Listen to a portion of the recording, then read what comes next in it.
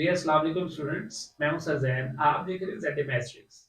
आज हम 9th का चैप्टर नंबर 4 एक्सरसाइज नंबर 4.2 का क्वेश्चन नंबर 2 डिस्कस करेंगे। स्टूडेंट, लेक्चर स्टार्ट करने से पहले अगर आपने मेरे चैनल को अभी तक सब्सक्राइब नहीं किया तो मेरा चैनल सब्सक्राइब करना मत भूलिएगा। चलते हैं स्टूडेंट आज के लेक्चर की तरफ। एक्सरसाइज नंबर 4.2 का क्वेश्चन नंबर 2 है factorise of the following expression. Student, आप जानते हैं फैक्टराइज का मतलब उर्दू में होता है तजज़ीब, और फैक्टराइजेशन के टोटल 3 मेथड्स हैं। बट आज जो मेरे पास गिवन क्वेश्चन है, अगर आप गौर करें इसमें 4 टर्म्स हैं, लाइक ए 1 2 3 4। मेरे पास इसमें 4 टर्म्स हैं। ये 4 टर्म्स आपस में मल्टीप्लाई हो रही हैं। सो इसकी मैंने फैक्टराइजेशन करनी है। ऐसा तो क्वेश्चन अभी तक हमने नहीं देखा। तो ऐसे क्वेश्चन में स्टूडेंट इन 4 टर्म्स को हम आपस में इस तरह से मल्टीप्लाई करेंगे, ये 4 टर्म्स से 2 टर्म्स बन जाए। नंबर 1, अगर ये 4 टर्म्स है, मैं इन 2 को मल्टीप्लाई करता हूं, इन 2 को मल्टीप्लाई करता हूं, तो 4 टर्म्स से कितने टर्म्स बन गए? 2। बट 2 टर्म्स में कुछ ना कुछ सेम लाजमी होना चाहिए। मतलब शर्त ये है कि हम इनको कुछ इस तरह से मल्टीप्लाई करें कि कुछ ना कुछ दोनों में सेम बनता हो। तो अब हमें पेपर में कैसे पता चलेगा कि हमने फर्स्ट वाले फैक्टर को सेकंड से मल्टीप्लाई करना है, थर्ड से करना है या इस फोर्थ से करना है? तो उसका एक उसकी छोटी सी टेक्निक है। नंबर 1, आप क्या करेंगे, आप इसका जो कांस्टेंट नंबर है और नेक्स्ट फैक्टर का जो कांस्टेंट नंबर है, इनको आपस में प्लस माइनस करके देखेंगे। अगर मैं 1 और 2 को प्लस करूं तो आंसर आता है 3। बट अगर मैं 3 और 4 को मल्टीप्लाई करूं आंसर आता है 7। क्या इनका 3 और इनका 7 आपस में इक्वल है? नहीं। तो इसका मतलब मैं फर्स्ट फैक्टर को सेकंड से मल्टीप्लाई नहीं कर सकता। लेकिन अगर आप गौर करें, अगर मैं इस 1 को और 4 को प्लस करूं, 1 को और 4 को प्लस करूं तो बनता है 5, और सेंटर में 2 और 3 को प्लस करूं तब भी तो 5 बन रहा है। तो मतलब आप कांस्टेंट नंबर को प्लस करके देख सकते हैं कि आंसर सेम बनता है या नहीं बनता। इसका मतलब है मैंने फर्स्ट फैक्टर को लास्ट फैक्टर से मल्टीप्लाई करना है, सेकंड फैक्टर को थर्ड से। सो मैंने क्वेश्चन को अरेंज कर लिया। स्टूडेंट, इन दोनों को मल्टीप्लाई किया, x x से x स्क्वायर, x को 4 से 4x, 1 को x से किया x, 1 को 4 से किया 4। सिमिलर x को x से x स्क्वायर, x को 3 से 3x, 2 को x से 2x, 2 3 दा 6, 4 और x यानी x square as it is, 4 plus 1 5, 4 as it is, x square as it is, 3 और 2 5, 6 वैसे का वैसे आ गया। अगर आप गौर करें स्टूडेंट्स, इन दोनों में हमारे पास X square plus 5x same आ रहा है। सो मैंने जो वैल्यू सेम है उस वैल्यू को स्टूडेंट अगर आप गौर करें, मैंने यहां पर लेट कर लिया है उसको y के इक्वल, मैंने उसको y का नाम दे दिया। क्यों? क्योंकि अगर मैं इन दोनों को मल्टीप्लाई करूं तो x स्क्वायर से मल्टीप्लाई होकर x की पावर 4 बन जाएगा। सो क्वेश्चन लेंथी हो जाएगा और फिर वेक्टराइजेशन करना हमारे लिए मुश्किल होगी। सो हमने क्या किया, अपनी आसानी के लिए हमने सेम वाली वैल्यू को लेट कर लिया y के इक्वल, ये बन गया y प्लस 4 y प्लस 6। तो जैसे भी आपने इन दोनों को मल्टीप्लाई किया, सिमिलर अब आप इन दोनों को मल्टीप्लाई करें, y से y स्क्वायर, y 6 से 6y, 4 को y से किया 4y, 4 6 24, 1 वैसे का वैसे। So y square as it is 6 और 4 10, 24 और 1 25। अब इसकी हमने करनी है फैक्टराइजेशन, तो इसके ऊपर कंप्लीटिंग फॉर्मूला लग रहा है।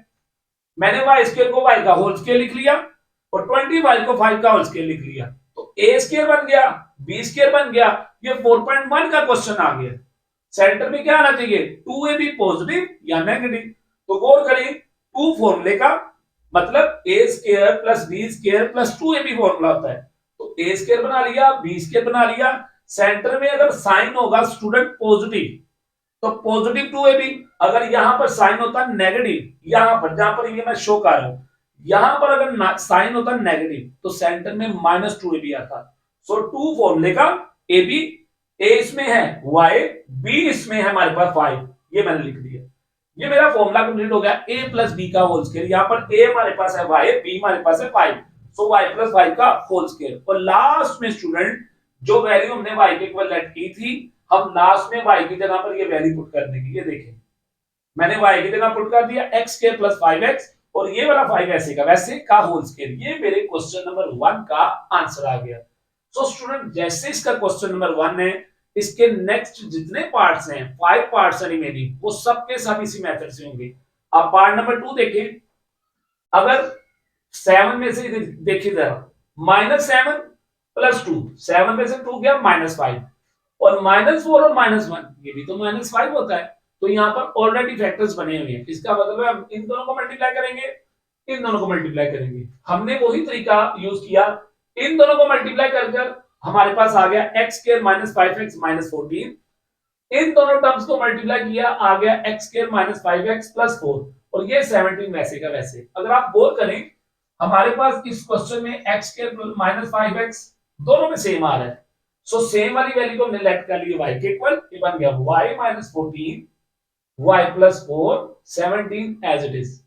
दोनों को मल्टीप्लाई करेंगे, y से y², y 4 से 4y, 14y से 14y, माइनस प्लस माइनस 14 4 जा 56।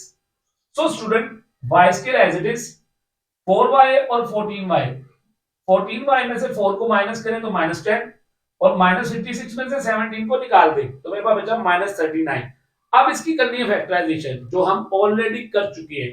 फैक्टराइजेशन में गौर करें, इन तीनों में से कुछ कॉमन नहीं आ रहा, सो कॉमन फैक्टर अप्लाई नहीं हो सकता। सेकंड मेथड कंप्लीटिंग फार्मूला, 39 किसी का स्केल नहीं होता, लिहाजा सेकंड मेथड भी इसके ऊपर अप्लाई नहीं हो सकता। Third method mid term break, गौर कीजिएगा, अगर मैं फर्स्ट वैल्यू को लास्ट से मल्टीप्लाई करूं सो मेरे पास आता है 39 y²। मैंने गियर अफक में आपको समझाने के लिए बताया है, आप पेपर में नहीं करेंगे, ठीक है, ये जस्ट समझाने के लिए बता रहा हूं।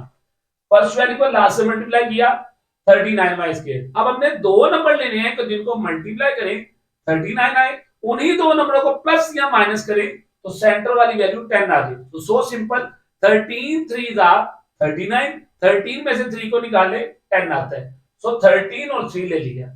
अब देखिए -13 में से +3 निकलेगा तो माइनस का 10 आएगा, ठीक है, और दोनों को मल्टीप्लाई करने से 39 आता है। इन दोनों में से y को बनाया, इन दोनों में से 3 को बनाया, और आप गौर करें दोनों फैक्टर सेम आ गए, सो सेम वाली वैल्यू हमने कॉमन निकाल ली, अतः बचा y + 3, और लास्ट में y की जगह हमने y की वैल्यू पुट कर दी। सो ये पार्ट नंबर 2 का आंसर आ गया। पार्ट नंबर 3 है स्टूडेंट्स, अगर आप गौर करें पार्ट नंबर 3 में ऑलरेडी वैल्यू सेम है, x² + 7x 2x² + 7x दोनों में सेम है, सो सेम वाली वैल्यू को हमने लेट कर लिया y के इक्वल, इसकी जगह आ गया y + 3 y + 5 और 1 वैसे का वैसे। दोनों को मल्टीप्लाई करेंगे, y से y², y 5 से 5y, 3y से 3y, 3 5 जा 15, 1 वैसे का वैसे। इससे नेक्स्ट स्टेप 5 और 3 8, 15 और 1 16, इसकी फैक्टराइजेशन करनी है तो कंप्लीटिंग स्केल लग रहा है। फर्स्ट y² है, मैंने इसको y का होल स्केल लिख लिया, लास्ट वैल्यू 16 है, 16 किसका स्केल होता है 4 का, सो कंप्लीटिंग स्केल अप्लाई हो रहा है 4 का स्केल। सेंटर में कौन सा साइन पॉजिटिव, सो सेंटर में पॉजिटिव 2ab, 2 कहां से आया फॉर्मूले का, और ab क्या है यहां पर a y है b 4 है, सो इसलिए यहां पर y और 4 आ गया। ये किसका फॉर्मूला बना, a + b का होल स्केल, किसका फॉर्मूला a + b का होल स्केल। ये मैं यहां पर हिंट दे रहा हूं, a + b का whole square is equal a² + 2ab + b का स्केल। अब कुछ बच्चे कहते हैं सर फॉर्मूला तो हमने पढ़ा है a² + b² + 2ab, तो बच्चे आगे पीछे वैल्यू करने से आंसर में फर्क नहीं पड़ता, ठीक है। सो ये मेरे पास फॉर्मूला कंप्लीट हो गया, यहां पर a की जगह आ गया y, b की जगह आ गया 4 का होल स्केल, और लास्ट में स्टूडेंट हमने y की जगह y की वैल्यू पुट की, मेरा आंसर आ गया पार्ट नंबर 3 का। पार्ट नंबर 4 भी ऐसे ही है, दोबारा गौर करें, 3x² + 5x, 3x² + 5x दोनों वैल्यू सेम थी, लेट कर लिया y के इक्वल, ये बन गया y + 3 y + 5, दोनों को मल्टीप्लाई करेंगे, y से y², y 5 से 5y, 3 को y से 3y, 3 5 जा 15, 5 और 3 बन गया 8, 15 में से 3 गया तो बचा 12, इसकी फैक्टराइजेशन करनी है। अब स्टूडेंट 12 किसी का स्केल नहीं होता, सो इसके ऊपर कंप्लीटिंग स्केल नहीं लग सकता। Third method mid term break, first को लास्ट से मल्टीप्लाई करें, 12y², सेंटर में 8 है, सो सिंपल, 2 6 are 12 और 2 और 6 8, तो 2 और 6 मैंने पेड़ लिया, दोनों में से y कॉमन, इन दोनों में से 6 कॉमन आ गया, y + 2 सेम था स्टूडेंट, मैंने इस y + 2 को निकाला कॉमन, अंदर बच गया y + 6, ये आ गया।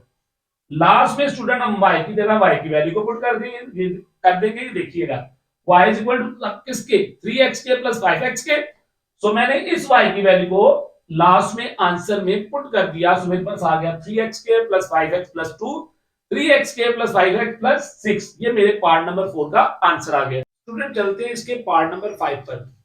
पार्ट नंबर 5 ये मैंने मेंशन कर दिया बोर्ड पर। अगर आप गौर करें स्टूडेंट, इसमें 4 फैक्टर्स हैं, बट आप अगर इनके कांस्टेंट नंबर को प्लस करें, 1 और 2 को प्लस करें 3 होता है, 3 और 6 को प्लस करें 9 होता है, 1 और 3 को प्लस करें 4, और 2 और 6 को प्लस करें 8, 1 और 6 को प्लस करें 7, 2 और 3 को प्लस करें 5। सो स्टूडेंट ऐसा क्वेश्चन जिसमें हम चार फैक्टर्स को आपस में प्लस कर देखें कि क्या कोई नंबर सेम बनता है या नहीं बनता, तो ना अगर बनता हो उसमें टेक्निक क्या यूज करेंगे, हम इनको मल्टीप्लाई करके देखेंगे।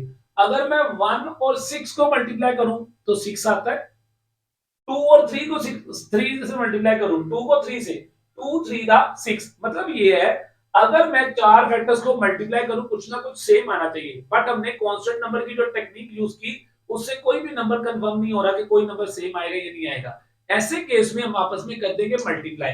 मैंने 1 और 6 को मल्टीप्लाई किया 6, 2 और 3 को मल्टीप्लाई किया 6। इसका मतलब है फर्स्ट फैक्टर को लास्ट के साथ, सेकंड को थर्ड के साथ। ये देखिएगा मल्टीप्लाई किया, मेरे पास आ गया x² + 7x + 6। इन दोनों को मल्टीप्लाई करने से आ गया x² + 5x - 6 + 6। अगर आप गौर करें स्टूडेंट, इन दोनों में मेरे पास एक तो x² और 6, इन दोनों में जो मेरे पास टर्म सेम है वो x² सेम है और 6 सेम है।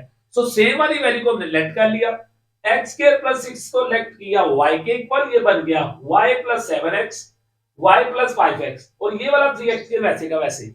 इन दोनों को हमने मल्टीप्लाई किया, y से y², y 5 से 5xy, 7 को y से मल्टीप्लाई किया 7xy, 7 को y से मल्टीप्लाई किया 35x², और ये 3x के वैसे का वैसे। स्टूडेंट 5 और 7 बन गया 12, 35 में से 3 गया बचा 32। मिड टर्म ब्रेक इसके ऊपर लगा रहे हैं, फर्स्ट को लास्ट से मल्टीप्लाई करें तो 32x के y², सेंटर में पड़ा हुआ 12, तो 32 किसके टेबल में आता है, 8 4 था 32, और 8 और 4 क्या होता है 12 होता है। सो 8 और 4 फैक्टर बने। फैक्टराइजेशन की, यहां तक हमारा फैक्टराइजेशन का आंसर आ गया। जैसे ही इसका आंसर आएगा हम y की जगह पर इसकी एक्चुअल वैल्यू जो हमने लेट की थी वो पुट कर देंगे। ये मेरा पार्ट नंबर 5 का आंसर आ गया। जैसे पार्ट नंबर 6 की है, सिमिलर पार्ट नंबर 6 भी है। जैसे पार्ट नंबर हमने 5 किया वैसे ही 6 है। पार्ट नंबर 6 में देखिएगा चार फैक्टर्स है, चारों को आपस में प्लस माइनस करके देखेंगे कांस्टेंट नंबर्स को, कोई भी टर्म सेम नहीं आती। सो अगर सेम नहीं आ रही ऐड करने से मल्टीप्लाई कर लें। अगर मैं 1 और 2 को मल्टीप्लाई करूं +2, और -1 को -2 से मल्टीप्लाई करूं तो तब भी तो +2 आता है। 1 को 2 से मल्टीप्लाई करूं 2 आएगा, और -1 को -2 से मल्टीप्लाई करूंगा तो माइनस माइनस प्लस, और 2 1 जा 2। सो मैं फर्स्ट फैक्टर और थर्ड फैक्टर को, सेकंड और फोर्थ फैक्टर को आपस में मल्टीप्लाई करूंगा। मल्टीप्लाई किया स्टूडेंट्स, फर्स्ट और थर्ड को, सेकंड और फोर्थ को मल्टीप्लाई किया, मेरे पास ये आंसर आ गया। अगर आप गौर करें तो x² और 2 दोनों वेक्टर्स में सेम है। सो मैंने x² + 2 को लेट कर लिया, इसके इक्वल y के इक्वल, ये बन गया y + 3x, y - 3x, और -16 वैसे का वैसे।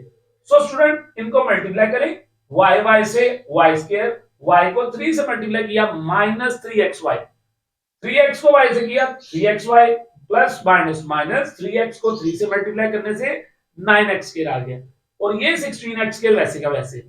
ये पॉजिटिव नेगेटिव कट गया, मेरे पास 16 और 9 होता है -25। सो स्टूडेंट यहां पर वो फॉर्मूला यूज हो रहा है a² - b² which is equal to 1 time positive 1 time negative. So ये मेरा y² बन गया y का होल स्क्वायर, 25 बन गया 5x का होल स्क्वायर।